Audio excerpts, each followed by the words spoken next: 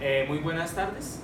El día de hoy les voy a hacer una presentación acerca de los sistemas de control tolerantes a fallas, algunos avances y las aplicaciones. Mi nombre es Deiner Alvarado. Como lo hemos hablado en la asignatura, cuando nosotros hablamos de sistemas de control, aparece muy oportuno, es muy importante hacer las consideraciones y los análisis de estabilidad. Muchos de estos sistemas, si no se hacen los respectivos análisis de estabilidad, tienden a salirse de esa región de estabilidad y a descontrolarse los sistemas. Entendemos que esto es bastante crítico en el sentido de que si se salen de control tanto actuadores como sensores, como transmisores, como el controlador, pierde nuestra efectividad del sistema. Los sistemas tolerantes a fallos son sistemas que me determinan que primero se hace el análisis de dicho sistema y establezco una región de tolerancia, una región en la cual ¿sí? la coexistencia o la estabilidad del sistema, a pesar de que existan unos fallos en los elementos que componen mi conjunto, se puede tolerar o se puede hacer viable la coexistencia del sistema en esta región y así no descontrolar el sistema o permitir que se salga del sistema.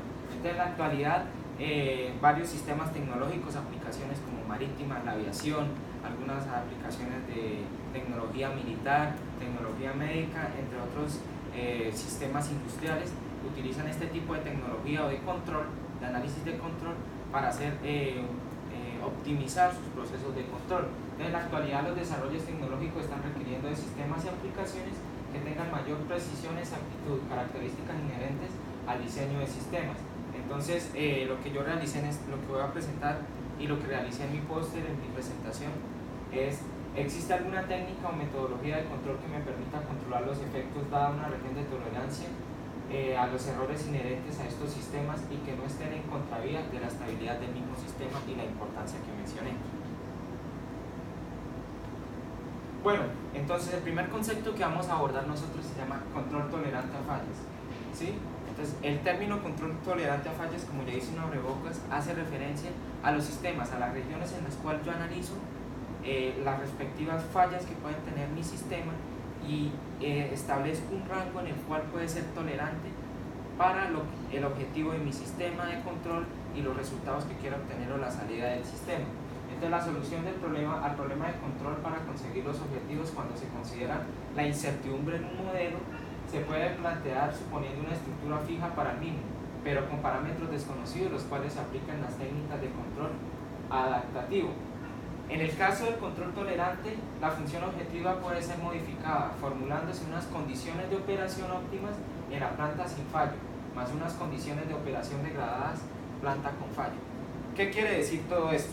Nosotros sabemos que nuestros sistemas de control son un conjunto. Están sensores, actuadores, transmisores, la unidad de control.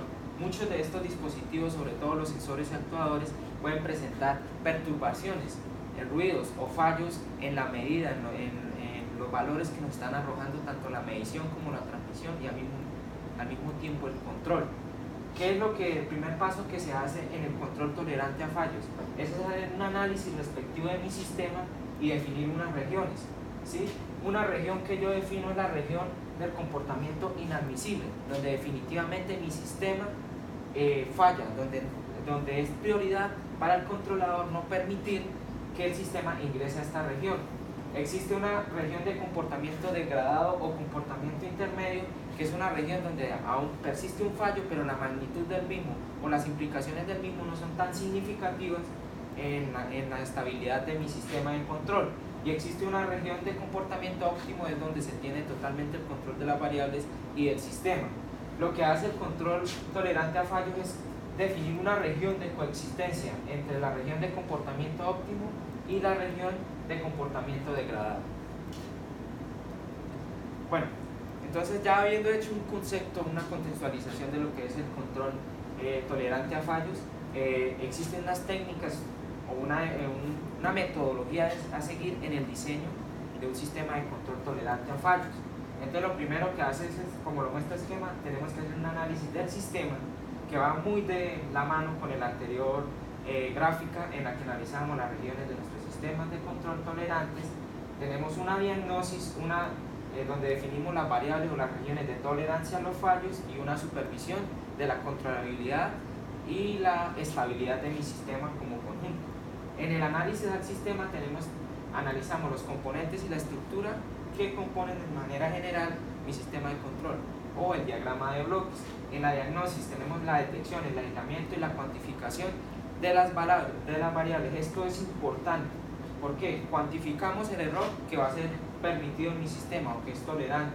Hacemos un aislamiento, que vamos a ver un tipo de control de tolerante a fallos, en donde en caso de que mi salida o al evaluar mi error en el sistema tenga valores muy alejados a la zona de tolerancia, lo que hace mi sistema de control es alejarlos. Y tenemos las unidades de detección. La tolerancia a fallos, que es donde se presentan los fallos, que son sensores, actuadores, y ahí entra un concepto que va a explicar que es la ley de control, y finalmente la supervisión del sistema. ¿Qué es la FTC? Es una falla en un sistema que se define como la desviación de un parámetro en el valor aceptable, y la falla se define como la incapacidad de un sistema para llevar a cabo su operación bajo unas condiciones específicas. Existen dos tipos de sistemas de control tolerantes a fallo: el sistema de control tolerante a fallo activo y el sistema de control tolerante a fallos pasivos. El sistema de control tolerante activo tiene una característica especial, que es un módulo FDI, que es un módulo de detección y aislamiento de fallas, como un mecanismo que me permite información para la recuperación de mi controlador, y el módulo IED, que proporciona la información a una línea del controlador o una falla cerca de los sistemas. Bueno, entonces como lo mencioné, el primer sistema que vamos a analizar es la arquitectura de un sistema activo tolerante a fallas. Entonces es un esquema básico.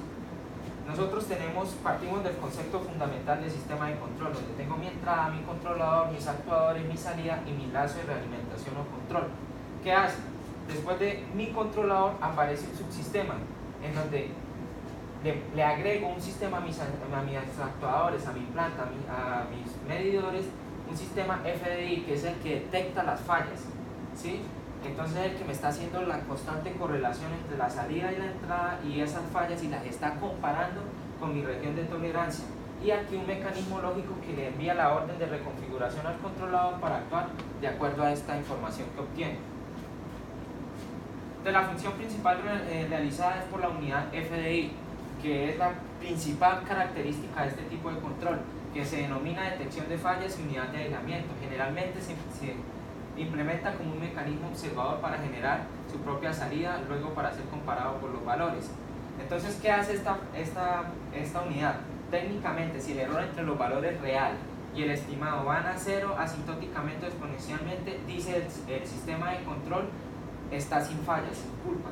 Si la señal de error sale del límite establecido en la tolerancia de un error, después de detectar ese error, esa unidad saca del sistema a los dispositivos que están generando estos errores, y ella pone un valor estimado.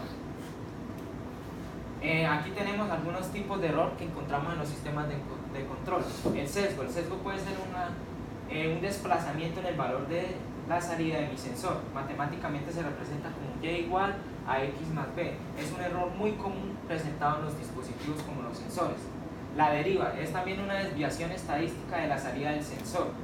El escalado o ganancia es un error de tipo multiplicativo, cuando debido a asignarle una escala o multiplicar una ganancia a mi sistema, permito que haya variaciones en la salida.